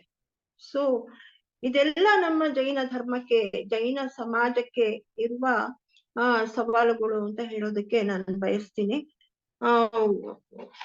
ಹುಡುಗ ಹುಡುಗಿ ಮದ್ವೆ ಮಾಡ್ಕೊಳ್ಳುವಾಗ ಸ್ವಲ್ಪ ಗೊತ್ತಿರೋರು ನೋಡಿ. ಇವತ್ತು ಯಾರಿಗೂ ಸಜೆಸ್ಟ್ ಮಾಡ್ತಾ ಇಲ್ಲ. ಎಲ್ಲರೂ ವಾಟ್ಸಪ್ ಗ್ರೂಪ್, ಯಾವ್ದಾದ್ರು ಮ್ಯಾರೇಜ್ ಇದು ಬ್ಯೂರೋನಲ್ಲಿ ನೋಡಿ ಮಾಡ್ಕೊಳ್ಬೇಕಾಗಿದೆ. ಸೊ ಇನ್ನು ಯಾಕೆ ನಮ್ಮ ಸಮಾಜದಲ್ಲಿ ಜಗಳಗಳಾಗ್ತಾ ಇದಾವೆ ಅಂದ್ರೆ, ಇವತ್ತು ಜೈನ ಧರ್ಮ ಸರಿಯಾಗಿ ಗೊತ್ತಿದ್ರೆ ಇಂಥದ್ದಾಗ್ತಿರ್ಲಿಲ್ಲ. ಸಹೋದರಿಯರ ಮಧ್ಯೆ ಜಗಳ, ಆಸ್ತಿ ಪಾಸ್ತಿಗಾಗಿ ಜಗಳ. ಯಾರ್ ನೋಡಿದ್ರು ಎಲ್ಲದಕ್ಕೂನು ಕೋರ್ಟ್ಗೆ ಹೋಗೋದು. ಮುಂಚೆ ಆದ್ರೂ ಸ್ವಲ್ಪ ಧರ್ಮಗುರುಗಳ ಬಳಿ ಹೋಗಿ ಏನಾದ್ರೂ ಸಜೆಷನ್ಸ್ ಕೇಳ್ತಿದ್ರು, ಶಾಂತಿಯಿಂದ ಇರ್ತಾ ಇದ್ರು. ಇವಾಗ ಏನಿಲ್ಲ, ಒಂದೇ ಸಲಕ್ಕೆ ಇವತ್ತು ಧರ್ಮಕ್ಕಿಂತ, ಧರ್ಮ ಗುರುಗಳಿಗಿಂತ ಲಾಯರ್ಸೇ ಇಂಪಾರ್ಟೆಂಟ್ ಆಗ್ಬಿಟ್ಟಿದ್ದಾರೆ. ಲಾಯರ್ಸೇ ಲೀಡರ್ಸ್, ಕೋರ್ಟೇ ಲೀಡರ್. ಸೊ ಈ ತರಹದ ಪರಿಸ್ಥಿತಿ ನಮ್ಮ ಜೈನ ಧರ್ಮಕ್ಕೆ ಎದುರಾಗಿದೆ. ಧರ್ಮ ಕೇಳೋದಕ್ಕಾಗ್ಲಿ ಆಚರಿಸೋದಕ್ಕಾಗ್ಲಿ ಯಾರಿಗೂ ಆಸಕ್ತಿ ಇಲ್ಲ. ಧರ್ಮ ಹೇಳಿದ್ರೆ ಇವ್ರೇನೋ ಒಂದು ಜೋಕರ್ ತರ ನೋಡ್ತಾ ಇದ್ದಾರೆ ಹಾಗೆ. ಆದ್ರೆ ಹಂಗಂತ ಏನಿಲ್ಲ, ನಾವೆಲ್ಲ ತುಂಬಾ ಭಕ್ತಿ ಇರೋರು, ನಾವು ಆಡಂಬರದ ಪಂಚಕಲ್ಯಾಣ ಪೂಜೆ ಯಾವುದ್ರಲ್ಲೂ ಕಮ್ಮಿ ಇಲ್ಲ. ಆದ್ರೆ ಜೈನ ತತ್ವ ಸಿದ್ಧಾಂತಗಳನ್ನ, ಮಹಾವೀರನ ಬಾಳು ಮತ್ತು ಬಾಳಗೋಡು, ಅಹಿಂಸಾ ಪರಮೋ ಧರ್ಮ, ಪರಸ್ಪರೋಪಗ್ರಹೋ ಜೀವಾಣ, ಅನೇಕಾಂತವಾದ, ಇವನ್ನೆಲ್ಲ ನಾವು ಮರೆತು ಬಿಟ್ಟಾಗ ನಾವು ಜೈನರು ಅಂದುಕೊಳ್ಳೋದ್ರಲ್ಲಿ ಯಾವುದೇ ಹುರುಳಿಲ್ಲ, ತಿರುಳಿಲ್ಲ. ದೊಡ್ಡ ದೊಡ್ಡ ಸಮಾರಂಭ ಆಯೋಜಿಸಿದವ್ರಿಗೆ ಇಲ್ಲಿ ಗೊತ್ತಿರ್ಬೋದು, ದೊಡ್ಡ ದೊಡ್ಡ ಸಮಾರಂಭಗಳನ್ನ ಆಯೋಜಿಸೋದ್ರಲ್ಲಿ ಅಲ್ಲಿ ಒಂದು ಯುದ್ಧರಂಗ ಆಗುತ್ತೆ, ಪರಸ್ಪರ ದ್ವೇಷ ಹೆಚ್ಚುತ್ತಾ ಇದೆ. ಅಲ್ಪಸಂಖ್ಯಾತ ಸಮಾಜಕ್ಕೆ ಇದು ಒಂದು ಮಾರಕ. ಆಕ್ಚುಲಿ ಒಂದೊಂದ್ಸಲ ಅನ್ಸುತ್ತೆ ಈ ದೊಡ್ಡ ಸಮಾರಂಭ ಮಾಡಕ್ಕಿಂತ ಸುಮ್ಮನಿರೋದ್ ವಾಸಿ, ಅವಾಗಾದ್ರೂ ಜೈನರು ಶಾಂತಿಯಿಂದ ಒಬ್ರಿಗೊಬ್ರು ಚೆನ್ನಾಗೇ ಇರ್ತಾರೇನೋ ಅನ್ನುವಷ್ಟು ಒಂದೊಂದ್ಸಲ ಅನ್ಸ್ಬಿಡತ್ತೆ. ಆದ್ರಿಂದ